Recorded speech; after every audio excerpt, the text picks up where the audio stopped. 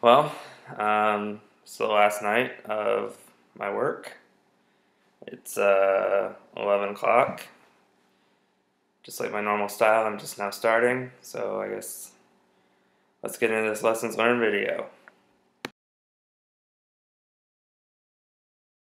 So one of the first things that you learn as a teacher or a teacher in training is you need to set your boundaries. You need to set your rules.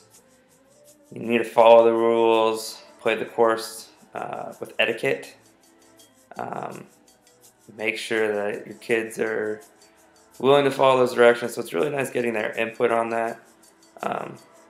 Some things can have a little bit of leeway and forgiveness. The lie might not always be in your favor, but it's better to play from the rough than from the sand trap. So following those rules really establishes the framework from which you can build your classroom.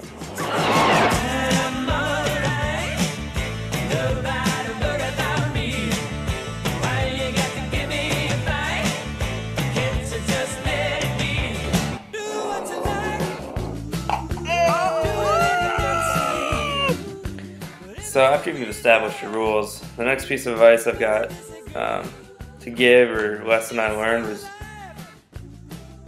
you can't be afraid of taking risks. Just like every girl loves the long ball, every student loves seeing you put yourself out there, and can really help to build the relationships with the students.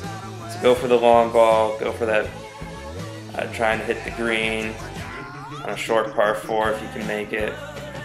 Attack the green on every par 3. Set yourself to get on the green in 2 strokes on a par 5. If you're lucky enough to play in a par 6, try for 2. If you can't do 2, go for 3. Don't be afraid to try.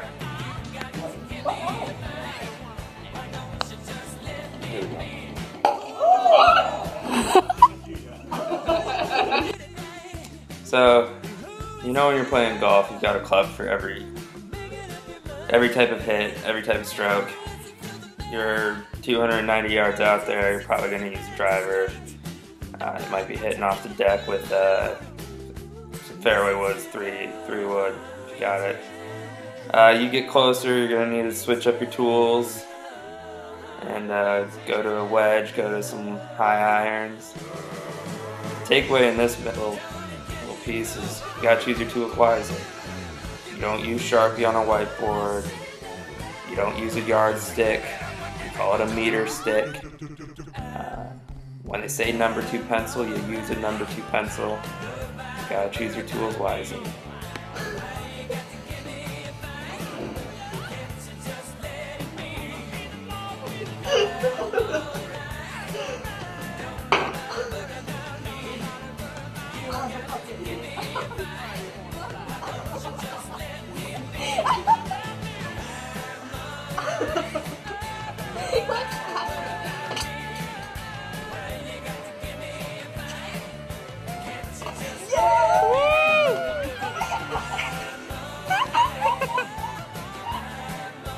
So when you hit November, Christmas break is getting close. It's a little bit of a slump. And then when you hit January and February, start getting tired. Well, the next piece of advice is you always need to have endurance. Just like on the golf course, the first shot might not make it, neither will the second. You might get into the water, have to add a stroke. Might have to play backwards on the course to get out of a junky sand pit. You gotta have endurance, you gotta push through. Carrying your own bag, don't have a caddy because you're too poor because you're a teacher. You gotta have the endurance to walk the course. Same goes for the classroom.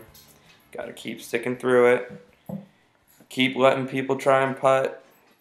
Keep working out so you can walk around the classroom, make sure kids aren't cheating. Gotta have the endurance to see it through.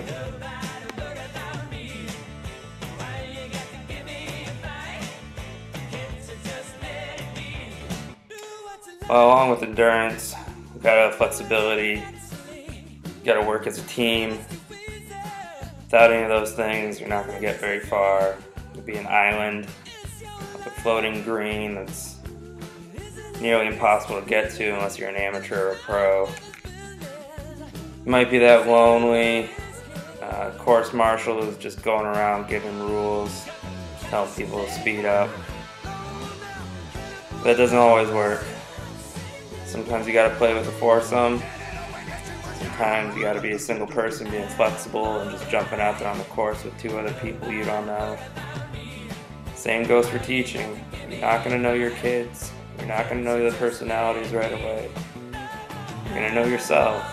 You gotta be flexible and adjust the course of your classroom to fit the personalities that are involved.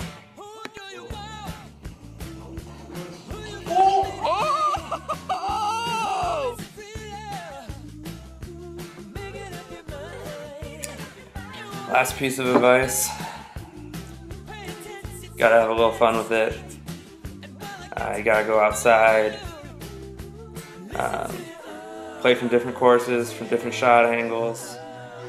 Sometimes you gotta go above obstacles, sometimes you gotta hit something straight to the target, but you gotta have a little bit of fun.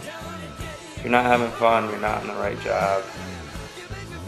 If you're not having fun, neither are your kids. And they're not getting anything from that.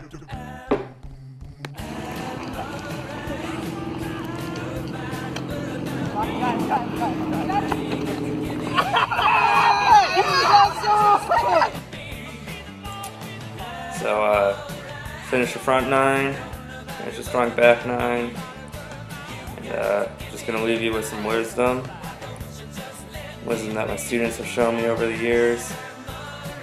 I shouldn't say years, over the months.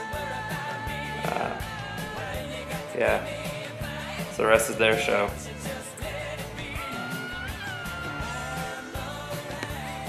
Wait, is it recording? Tell me one thing that you did not like about my teaching this year. I think sometimes expectations weren't always clear, especially on posters and things like that, like just exactly what you were looking for. So especially like when we were trying to like think about how we wanted to structure it, and then like after we had done it, you said that it would be good if we could be abstract on that side. Like it was kind of something I would have liked to think about before, but we also didn't ask, so. And then one thing that you really liked about my teaching. You have a genuine passion for teaching, and I can really tell that you're really excited about science, and like I get excited about biology when I'm normally not all that excited about it, and it feels like it's fun to learn because you're having fun with it. What kind of car would I be?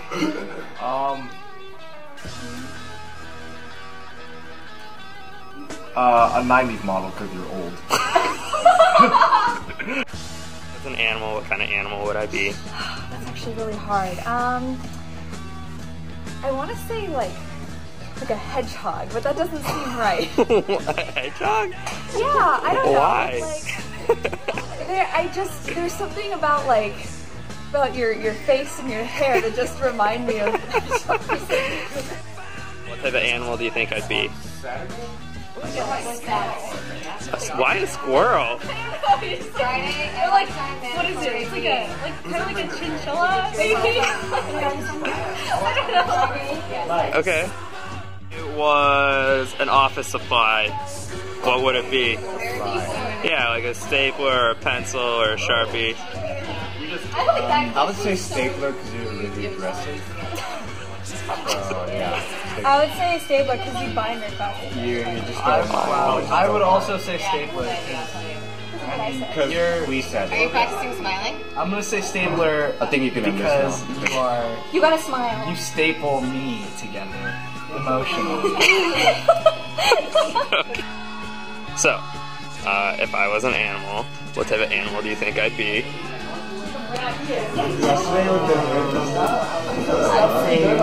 Fox. Because, like, you know, you're like, oh, I don't know, like, you're like wild at the same time. Like, I thought this is the worst video ever. But then, like, you're like really straightforward and like you engage students, and like foxes are really attentive, and that's like how you are like normally. you were a childhood toy, I think you'd be probably the little Tykes bicycles, because they're very momentous and they have a straightforward idea of what they're doing and where they're going, and clear cut. But at the same time, they're also likable. They're not the big scary mountain bikes that a lot of people get, and they're more, I would say, relatable and you can connect with them. And it's something that a lot of people have had in their life. So, just want to give a huge shout out to all my students, my host teacher, cohort from UAS. You guys have been my family for the last 9 months, and I couldn't say enough thanks. So I guess that's it. I'll see you when I see you, or I'll see you another time. Good night.